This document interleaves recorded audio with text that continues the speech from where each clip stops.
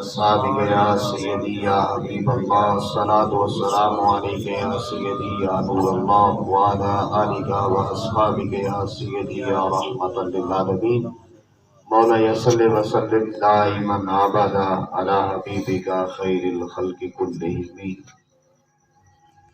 اللہ رب العزت کی حمد و ثنا حضور نبی رحمت جان کائنات صلی اللہ تعالی علیہ وسلم کی ذات اقدس پر کروڑ درود و سلام کے بعد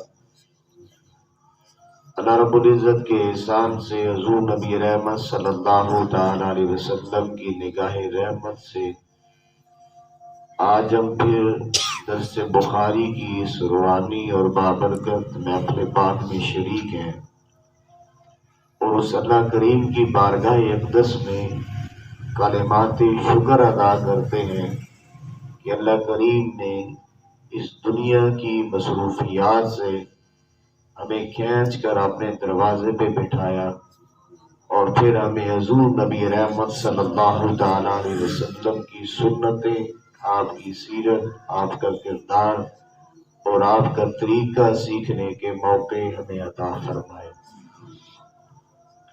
سامعین ذی قدر، ہم نماز کے حوالے سے پچھلے درس بخاری شریف میں نماز کا طریقہ، نماز کے جو مسائل وہ آپ کی خدمت میں گوش گزار کر رہا تھا۔ آج کے درس بخاری میں ہم نماز کے فرائض کے اوپر گفتگو کریں گے۔ سامعین ذی قدر، یہ بات نشین رکھ لیں، نماز اللہ تبارک و تعالیٰ کی وہ خوبصورت عبادت ہے جس کے اوپر یہ دین اسلام کی پوری عمارت کھڑی ہے۔ جو اسلام کے بنیادی ستون ہیں ان میں سے ایک ستون نماز ہے۔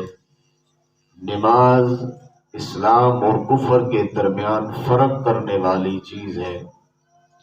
نماز ہر نبی پہ فرض رہی، ہر نبی اپنے دور میں جو اللہ تبارک و تعالیٰ کی طرف سے فرض کردہ رکعتیں، تعداد جو بھی ان کی اپنی شریعت کے مطابق ہوتی، جو بھی اوقات اللہ انہیں عطا کرتا، ہر نبی نے اس نماز کو قائم کیا اور ہر نبی نے اپنے سر کو اپنے رب کے حضور جھکا کے رکھا۔ حضرت سیدنا موسیٰ علیہ نبینا علیہ السلام نے جب کوئی دور پہ کہا تھا مالک مجھے اپنے جلوے دکھا دے، تو اللہ کریم نے ارشاد فرمایا لن ترانی، تو مجھے دیکھ نہیں سکتا۔ مالک کون دیکھے گا؟ فرمایا ایک میرا پیارا حبیب ہے، بس وہی میرے جلووں کا دیدار کرے گا۔ تو مالک تجھے دیکھنا ہو تو پھر کیا کروں؟ اللہ کریم نے فرمایا چھٹے آسمان پہ بٹھاؤں گا، معراج کی رات ہوگی، میرا کریم میرے دروازے سے واپس آئے گا، نماز 50 فرض کروں گا، تم بس اس کے جلووں کی زیارت کرنا، تو پھر دیکھنا جس کا مصطفیٰ اتنا حسین ہے، اس آنکھوں کو دیکھنا جن آنکھوں نے جلوہ خدا کیا ہے، پھر دیکھنا جس کا مصطفیٰ اس دن اتنا حسین ہے، اس کا خدا کتنا حسین ہوگا۔ تو یہ پھر حضرت موسیٰ علیہ نبینا علیہ السلام وہاں پہ تشریف فرما ہوئے، حضور آتے، آپ پوچھتے کیا تحفہ ملا؟ جی نمازیں ملی، کتنی ہے؟ 50 ہے، آپ کی امت نہیں پڑھ سکے گی، واپس جائیں۔ اللہ کریم 5 کم کر دیتا، یوں کرتے کرتے 5 نمازیں رہ گئی، اور پھر بھی حضرت موسیٰ علیہ نبینا علیہ السلام نے ارشاد فرمایا یہ بھی زیادہ ہے۔ تو میرے کریم نے ارشاد فرمایا مجھے اب حیا آتی ہے کہ میں اپنے رب کے دروازے پہ پھر جا کر صدا عرض کروں۔ ہم جیسوں نے تو کہنا نا ایک دفعہ حضور چلے جاتے تو اور آسانی ہو جاتی، ایک آدھی رہ جانی تھی، لیکن قربان جو اس کریم رب پہ، میرے کریم رب نے ارشاد فرمایا میرے پیارے ابھی 50 نازل کی تھی، 5 رہ گئی، تو نے معافی دے دی اور ہم نے معافی دے دی، 5 رہ گئی، لیکن بات ہے تیرے ساتھ جو 5 ادا کرے گئے میں 50 نمازوں کا ثواب اسے عطا کروں۔ سبحان اللہ۔ اور یہ ہر نبی اس کو ادا کرتا رہا، اس نماز کی شان، فضیلت اور برکت ہی اتنی ہے کہ یہ نماز انسان کی جھولیاں رحمتوں اور برکتوں سے مالا مال کر دیتی ہے۔ قرآن کہتے ہیں ان الصلاۃ تنہی عن الفحشاء والمنکر، نماز انسان کو ہر قسم کی فحاشی سے، بے حیائی سے روک دیتی ہے۔ آج ہم فحاشی میں مبتلا ہیں، نمازیں بھی پڑھتے ہیں بے حیائی کے کام بھی کرتے ہیں، نمازیں بھی پڑھتے ہیں، ہماری زبانوں پہ پھر بھی گالیاں ہیں، سجدے بھی کرتے ہیں، اس کے باوجود غیبتیں بھی کرتے ہیں۔ ہماری نمازیں ہمیں کیوں نہیں روکتی؟ اس لیے کہ ہمارے رکوع و سجود ہی نہیں پورے ہوتے، ہم نے آگے ٹکریں ماری ہوتی ہیں۔ ہم نے نماز کا وہ طریقہ، وہ سلیقہ جو حضور نے ہمیں بتایا تھا، اس طریقے کے مطابق آرام اور سکون سے ہم نے اس عبادت کو کیا ہی نہیں ہوتا۔ جب وہ شرف قبولیت ہی عطا نہیں کرے گی تو وہ نماز ہمیں کیسے فحاشی اور بے حیائی سے روکے گی؟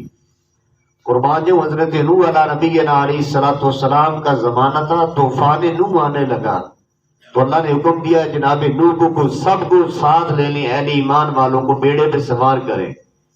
تو آپ نے سوچا ایک ماں بھی ہے میری رات پہ ایمان لائی جو تنہا رہتی ہے جنگل میں، اور اس کی ایک جھونپڑی ہے اور اس میں بیٹھی رہتی ہے، تو آپ گئے ماں کے پاس، کہا اے میری ماں، اللہ کی طرف سے حکم آیا ہے سیلاب آنا ہے اور میں نے تمہیں ساتھ لے جانا ہے۔ ماں کہتی ہے ٹھیک ہے بیٹا، میرا تو کوئی ساز و سامان نہیں، ایک گٹڑی ہے، بتانا پھر میں ساتھ چلوں گی۔ لیکن حضرت سیدنا نوح علیہ نبینا علیہ الصلوۃ والسلام بھول گئے، جب سیلاب آیا بٹھانا ہی بھول گئے۔ جب پانی آیا پہاڑ کی چوٹیوں سے بھی زیادہ بلند پانی اور تہس نہس کر دی ہر چیز، تو اس دن خیال آیا کہ ایک ماں بھی تو تھی میری جسے وعدہ کیا تھا بٹھا نہیں سکا، پتہ نہیں کس حال میں ہوگی، غرق ہو گیا ہوگا اس کا کوٹھا بھی اور وہ بھی کہیں مر کھپ گئی ہوگی۔ لیکن جب سیلاب کا پانی ختم ہوا، روئے زمین صاف ہوئی، حضرت نوح وہاں پہ گئے تو بوڑھی ماں اپنے جھونپڑے میں بیٹھی نماز پڑھ رہی تھی۔ تو جب ماں کے پاس گئے تو ماں کہتی ہے نوح بیٹے کیا پانی آنے والا ہے، تیاری مکمل ہے، چلو چلتے ہیں۔ حیران ہو کر کہا ماں تجھے خبر نہیں کہ سیلاب آیا تھا؟ ماں کہتی ہے نہیں بیٹا نوح مجھے کیا خبر، میں تو مصلی پہ بیٹھی اپنے رب کی نمازیں پڑھتی رہی۔ تو نماز ہو یا عبادت خدا بندی ہو، جب انسان دل کی گہرائیوں سے اسے ادا کرتا ہے تو پھر اللہ کریم آنے والی مشکلات، آنے والی تکلیفیں، آنے والی مصیبتیں اللہ کریم انسان کی دور فرما دیتا ہے۔ سامعین ذکر نماز کے 7 فرائض ہیں۔ سب سے پہلا فرض ہے تکبیر تحریمہ، اور یہ نماز کی شرائط میں سے بھی ہے، کیونکہ نماز کی 6 شرائط ہے، اس میں بھی پہلی شرط وہ تکبیر تحریمہ ہے، اور فرائض میں بھی پہلا فرض وہ نماز میں نماز جو ہے تکبیر تحریمہ ہے۔ تکبیر تحریمہ یہ ہے کہ نمازی نے امام کے ساتھ یا تنہا اللہ اکبر کہا، ہاتھوں کو بلند کیا، کانوں تک لگایا اور تکبیر کہی اللہ اکبر۔ اب یہاں پہ مسئلہ ذہن نشین رکھ لیں کہ اگر مقتدی نے تکبیر تحریمہ کا لفظ اللہ امام کے ساتھ کہا اور اکبر امام سے پہلے کہہ دیا، یعنی امام سے پہلے ہی اللہ اکبر مکمل کر لیا اور کھڑا ہو گیا، تو اس کی نماز نہیں ہوگی۔ ہمیشہ نماز میں امام کے پیچھے ہیں، امام کے پیچھے آپ نماز ادا کر رہے ہیں، پیچھے سے امام کے ہیں تو آپ نے امام سے پیچھے رہنا ہے۔ اگر تکبیر تحریمہ میں بھی کہیں آتے ہیں نا جلدی جلدی، ابھی امام نے آرام سے کہا، یعنی کہ کہیں قراء حضرات ہوتے ہیں وہ تلاوت کرتے ہیں بڑی آہستگی سے آرام کے ساتھ اور خوبصورت انداز میں، اور حکم بھی یہی ہے وَرَتِّلِ الْقُرْآنَ تَرْتِیلًا، قرآن کو ٹھہر ٹھہر کے بیان کرو۔ ہم بیچارے کو ٹھہر ٹھہر کے امام پڑھے تو ہم اس کی ٹھہر ٹھہر بھی ختم کر دیتے ہیں باتیں کر کر کے۔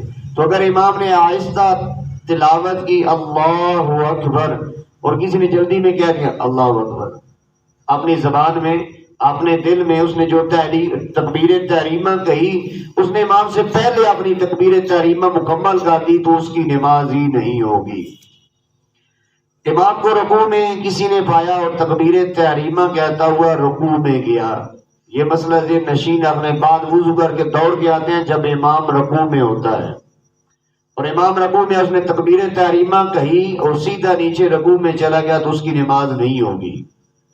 تکبیر تحریمہ کے بعد ہاتھ باندھنا یہ ضروری ہے، ایک دفعہ آپ ہاتھ لازمی باندھیں گے، یوں اللہ اکبر کیا اور سیدھا نیچے چلے گئے تو گویا آپ نے اس رکعت کا قیام ہی نہیں کیا، اس طرح آپ کی رکعت ہی مکمل نہیں ہوگی۔ تو یہ باتیں نشین رکھیں، جب بھی آپ نماز کے لیے آئیں تکبیر تحریمہ کہیں، ہاتھ باندھیں اور پھر رکوع میں جائیں۔ اگر آپ نے رکوع کا تھوڑا سا حصہ بھی پا لیا، یعنی آپ نیچے پہنچتے گئے، آپ نے تھوڑا سا حصہ پا لیا، آپ کی زبان پہ ابھی سبحان ربی العظیم کی صدا ہی بلند ہوئی تھی، امام نے اپنا سر اٹھا دیا تو اللہ تبارک و تعالیٰ آپ کو رکعت بھی عطا کرے گا اور تکبیر اولیٰ کا ثواب بھی عطا کر دے گا۔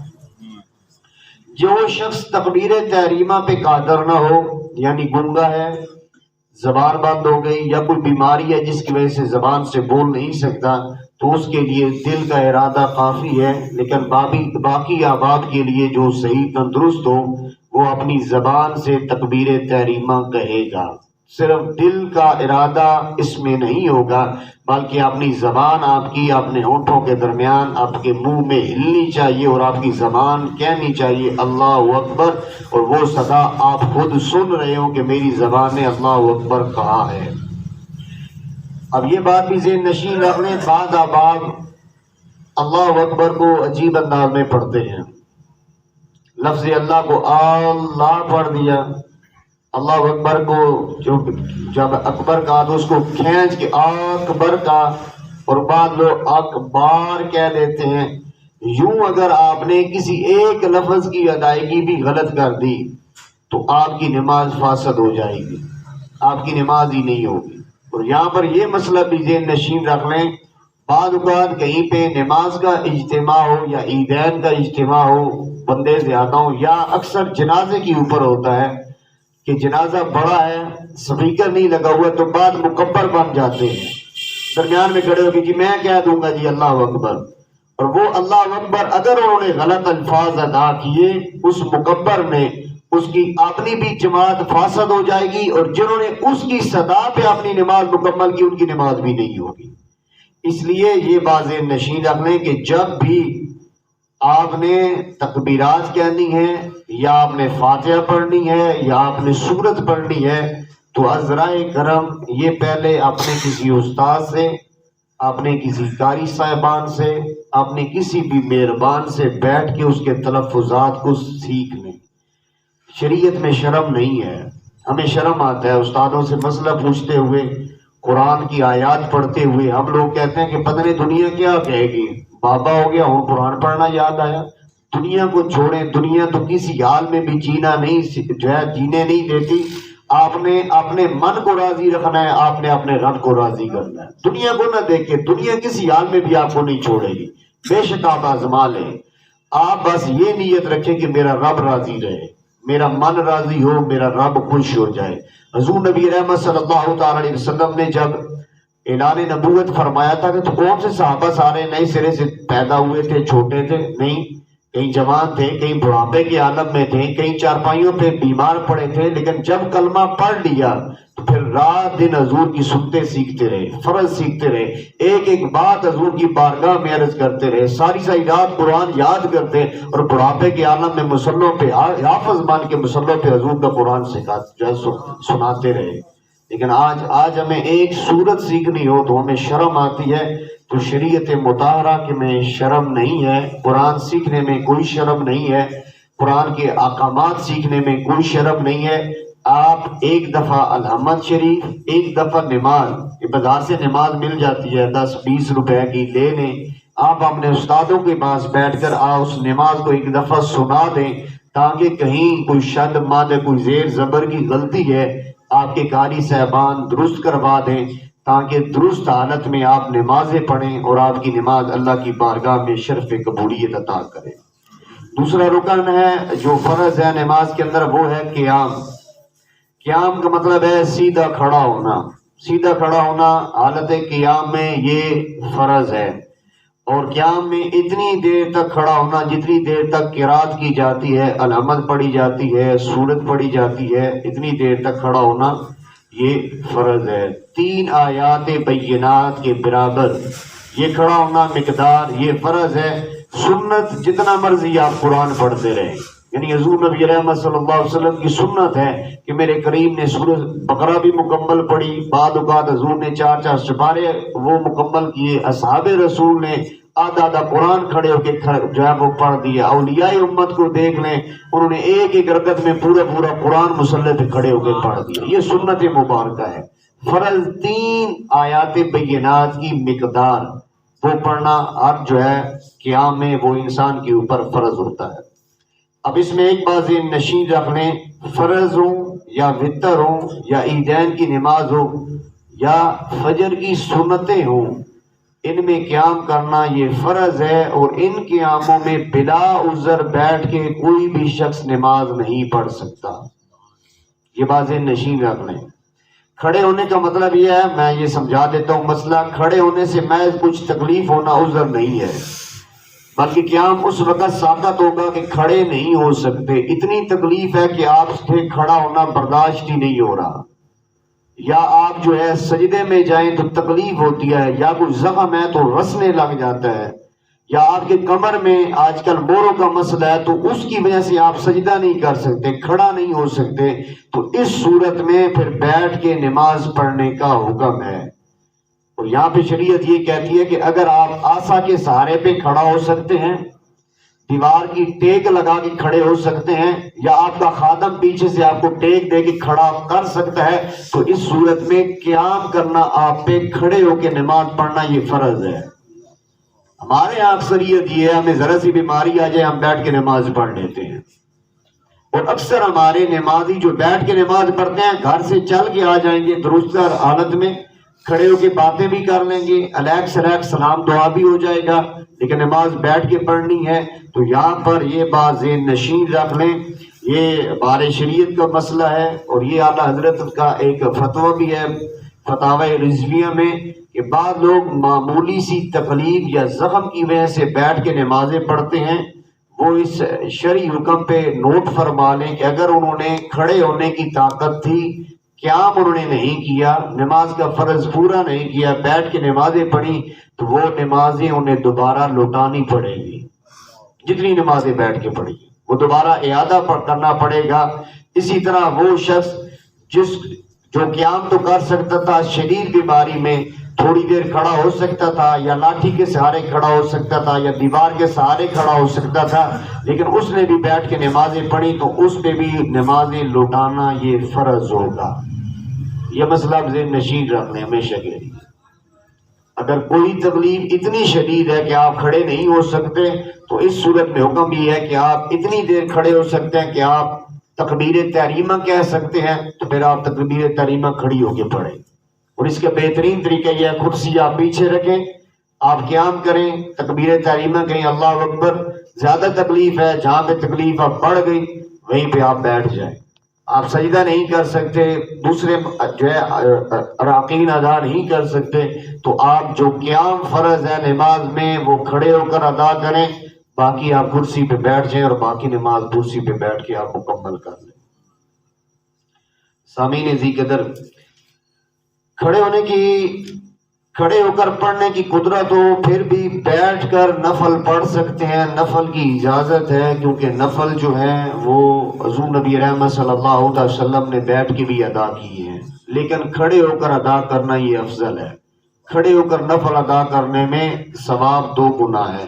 حضرت سیدنا عبداللہ ابن عمر رضی اللہ تعالیٰ عنہ سے روایت ہے، حضور نبی رحمت صلی اللہ تعالیٰ علیہ وسلم نے ارشاد فرمایا، بیٹھ کر پڑھنے والے کی نماز کھڑے ہو کر نماز پڑھنے والے کی نصف ہے، یعنی جو کھڑے ہو کر نماز پڑھنے والوں کو ثواب ملتا ہے، اس سے نصف ثواب اللہ بیٹھ کر عبادت کرنے والوں کو عطا کرے گا۔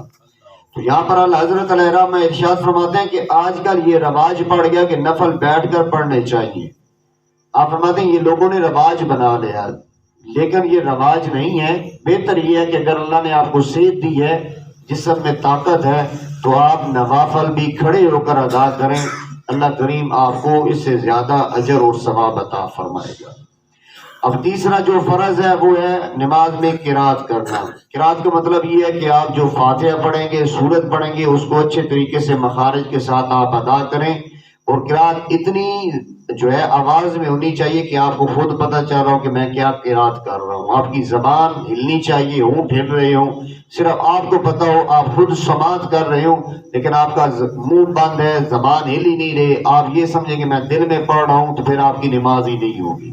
قرات کا مطلب یہ ہے کہ آپ کی زبان ہل رہی ہو، اور آپ اپنی زبان سے اپنی قرات کے الفاظ جو ہیں وہ اچھے طریقے سے وہ ادا کر رہے ہوں۔ اسی طرح قرات کے اندر بھی یہ بات ذہن نشین رکھ لیں، بعد اب آپ وہ قرات کرتے ہوئے علامت کے اندر غلطیاں کر جاتے ہیں، نماز کی باقی جو اراکین کے اندر پڑھی جاتی ہیں تسبیحات، ان میں غلطی کر دیتے ہیں. ایک بھی غلطی قرات میں ہو گئی آپ کی نماز وہیں پہ فاسد ہو جائے گی. مثال دے رہا ہوں، جیسے ہے سبحان ربی العظیم، یہ ہم رکوع میں جائیں تو پڑھتے ہیں سبحان ربی العظیم. اس عظیم کو کسی نے عظیم پڑھ دیا، زے پڑھ دی زوئی کی جگہ پہ، آپ کی نماز اسی وقت فاسد ہو جائے گی. یہ انتہائی باریکی کے مسائل ہیں، ہم تو اس پہ غور ہی نہیں کرتے. ہم کہتے ہیں بس ٹھیک ہے جی گاڑی چل رہی ہے، اور بعد اوقات ہم لوگوں کو سمجھائیں تو ہمارے لوگ کہتے ہیں جناب آپ کو کیا خبر، اللہ بڑا قبول کرنے والا ہے. اللہ تو قبول کرنے والا ہے، اللہ نے ہی تو یہ سارے احکام بتائے ہیں حضور کو. ہمارے ہاں آپ اکثر بیرا کی مساجد کی اذانیں سن لیں، میں بیٹھ کے بڑے غور سے سنتا ہوں، اکثر ہماری اذانیں ہی غلط دیتے ہیں، اور سمجھائیں تو پھر گربان پکڑ لیں گے. میرے ساتھ ایسا ہوا، میری مسجد میں ایک شخص نے اذان دی، میں نے کہا قبلہ آپ نے اذان غلط دی ہے، میں اذان دیتا ہوں آپ سماعت کر لیں یا آپ پڑھیں میں صحیح کروا دیتا ہوں. اس نے پتہ ہے مجھے جواب کیا دیا؟ کہنے لگا اللہ جی 20 سال سے میں اذان دے رہا ہوں، تو کل درجہ میں جاتا کہ تمہیں کیا پتا اذان کیسے دیتے. اور وہ ناراض ہو گیا، نماز پڑھنا چھوڑ دی، مسجد میں آنا چھوڑ دیا. بالآخر مجھے جا کے اس کے سامنے ہاتھ جوڑنے پڑے، پھر بھائی نماز تو آ کے پڑھا کر. یہ ہماری حالت ہے. اب اس نے وہ مسجد چھوڑ دی، یہ اذان ٹھیک کرواتے ہیں، دوسری مسجد میں اذان دھڑلے سے جاری ہے، صحیح نہیں کی. پھر بھی یہ غلطی بتائیے آپ سے، آپ درست کر لیں. اچھا نہیں مجھ سے نہیں کرنی، کسی اور سے کر لیں، کسی اور کو سنا دیں. ہم اس ہٹ دھرمی پہ قائم رہتے ہیں کہ ہم 20 سال سے پڑھ رہے ہیں، ہم 30 سال سے پڑھ رہے ہیں، تم نے آ کے بتایا، تم کون ہوتے ہو. ہم اسی جو ہے غم میں مبتلا ہیں، خوشی میں مبتلا ہیں، ہم جو پڑھ رہے ہیں وہ ٹھیک ہے.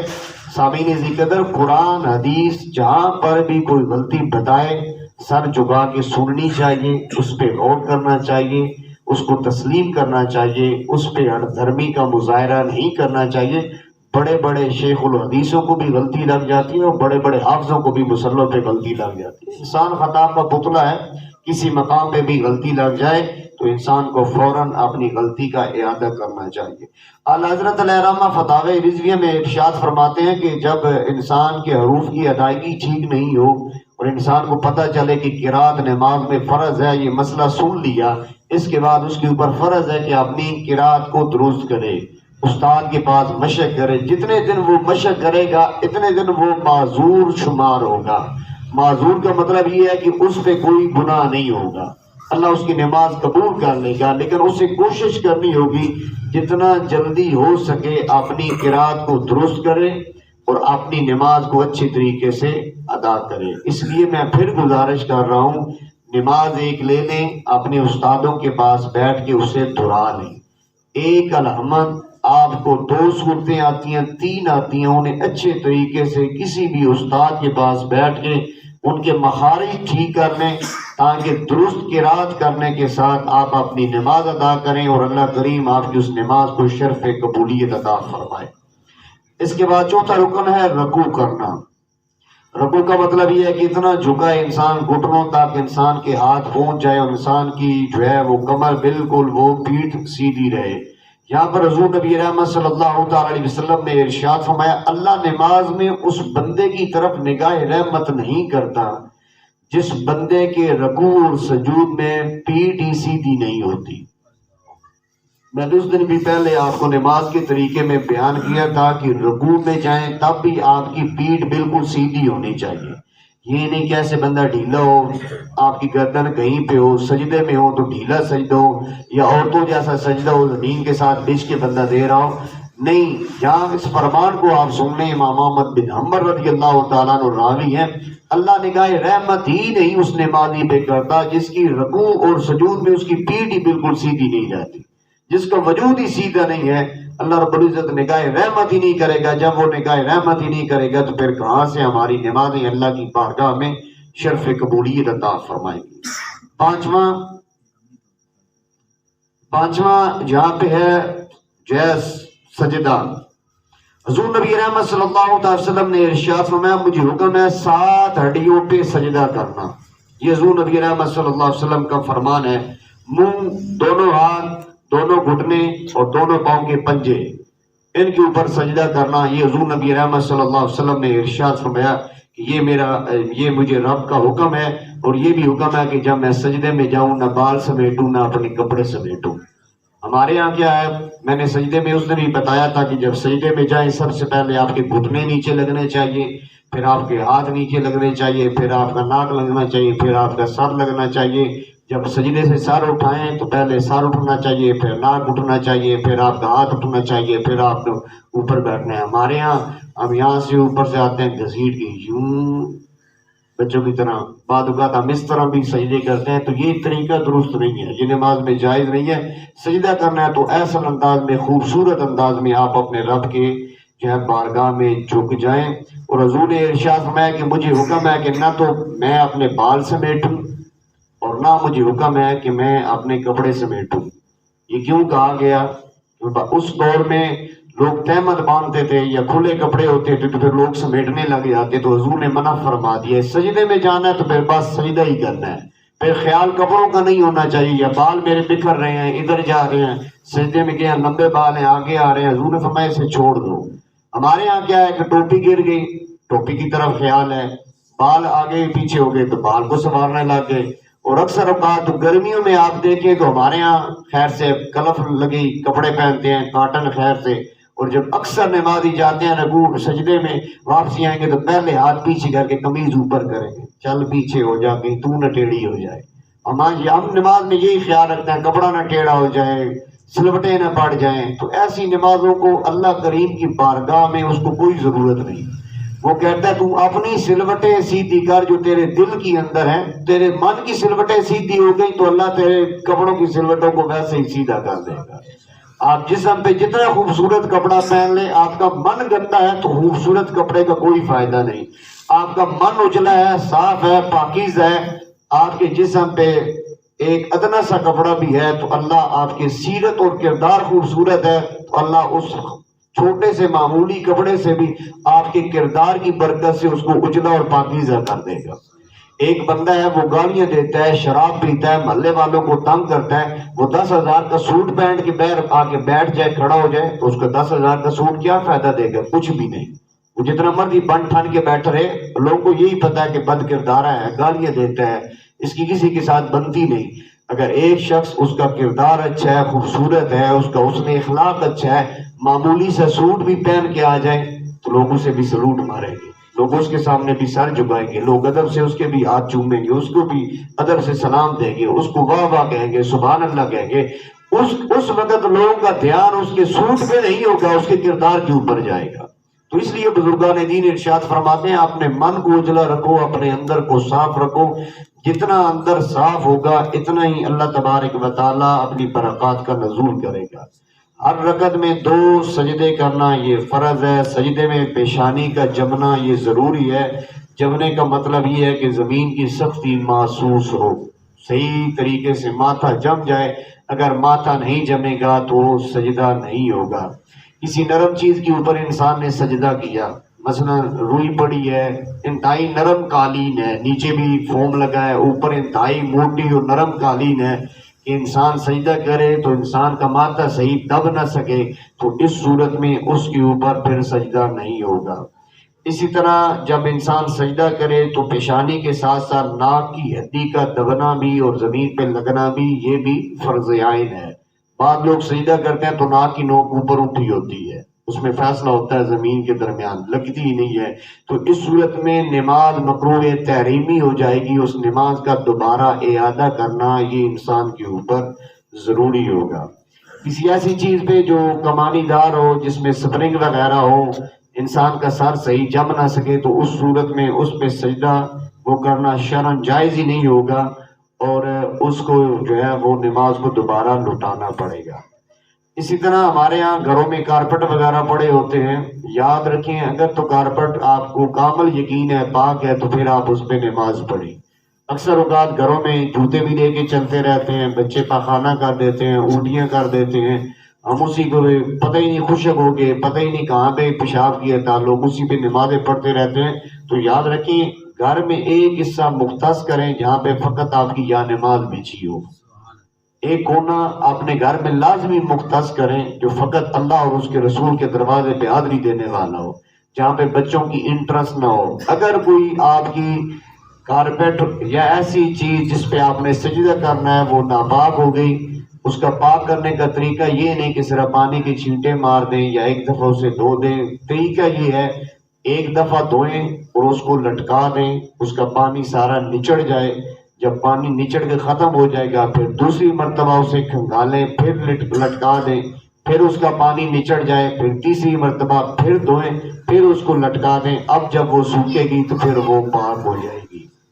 تو یہاں پر ایک مسئلہ اور بھی ذہن نشین رکھ لیں. مجھے ذہن میں آیا، بچے ہمارے ہاں جن بچوں کی نئی نئی پیدائش ہو، 1 2 3 دن کے ہوں، 1 ہفتے کے ہو، تو وہ اگر پاخانہ کر دیں تو ہمارے ہاں اکثر لوگ کہتے ہیں بچوں کا پاخانہ پاک ہے. یہ اکثر میں نے سنا ہے خواتین سے بھی اور لوگوں سے بھی، اور آ کے پوچھنا شروع کر دیتے ہیں بچے نے وہ دودھ پھینک دیا جناب، 1 دن کا ہی تو تھا، 2 دن کا تھا. تو میں نے کہا پیشاب ناپاک ہے، چاہے 1 دن کا بچہ ہو، 1 منٹ کا بچہ ہو یا 50 سال کا بندہ ہو، جس چیز کو پیشاب کہہ دیا، پیشاب ہے ہی ایک حرام چیز، گندگی ہے، ناپاک ہے، وہ کس طرح پاک ہو سکتا ہے؟ تو بچے کا پاخانہ، چھوٹا پیشاب یہ ناپاک ہے، چاہے 1 دن کا ہو چاہے وہ 50 دن کا ہو. اسی طرح بچہ جو کیا کرے گا، یعنی دودھ اس نے پیا ہے ماں کا، آپ نے بیٹے کو، بچے کو اس کو اٹھا لیا اور اس نے وہ الٹی کر دی، تو اس الٹی کا حکم بھی، کیا کا حکم بھی وہ چھوٹے پیشاب کے حکم کے اندر ہے کہ وہ بھی ناپاک ہے. جہاں پہ لگے گا اس جگہ کو اچھی طرح دھونا یہ انسان پہ فرض ہوگا. اب بعض لوگ اس طرح کرتے ہیں، چھوٹے معصوم نے پیشاب کر دیا تو وہاں سے پکڑ کے نہ یوں کر کے دھو دیا، یا بعد یوں کر کے ہاتھ پھوڑتے ہیں. میں نے ایک بندے کو دیکھا، چھوٹے بچے نے پیشاب کیا تو اس نے وہ بچہ دیا نا تو پانی میں ہاتھ ڈبو کے، میں نے کہا واہ بھائی واہ، یہ کون سا دھونے کا طریقہ ہے؟ ناپاک چیز ہے. اب تم نے یوں کیا، اب اس کا اثر سارا تیرے جسم پہ گیا، نیچے سے تیرا جسم بھی ناپاک ہے، کپڑا وہی کا وہی ناپاک رہ گیا. تو اس لیے ذہن نشین آپ نے، بچے نے الٹی کر دی یا بچے نے چھوٹا پیشاب کر دیا، جب تک آپ 3 دفعہ اس کپڑے کو اچھے طریقے سے دھوئیں گے نہیں اس وقت تک وہ پاک نہیں ہوگا. چھٹا رکن جو فرض ہے وہ ہے قاعدہ اخیر، یعنی نماز کی رکعتیں پوری ہونے کے بعد اتحیات میں بیٹھنا، عبدہ و رسولہ تک پڑھنا، یہ فرض ہے. یہ آپ کریں گے، یعنی قاعدے میں بیٹھیں گے تو تب آپ کی نماز کے فرائض وہ مکمل ہوں گے. اور 7واں فرض ہے خروج بسبعہ، یعنی قاعدہ اخیر کے بعد سلام پھیرنا اور سلام پھیر کے اپنی نماز کو مکمل کرنا. کسی نے سلام پھیرے بغیر ہی کوئی کلام کر دیا تو پھر اس کی ساری نماز ہی وہ فاسد ہو جائے گی، ختم ہو جائے گی.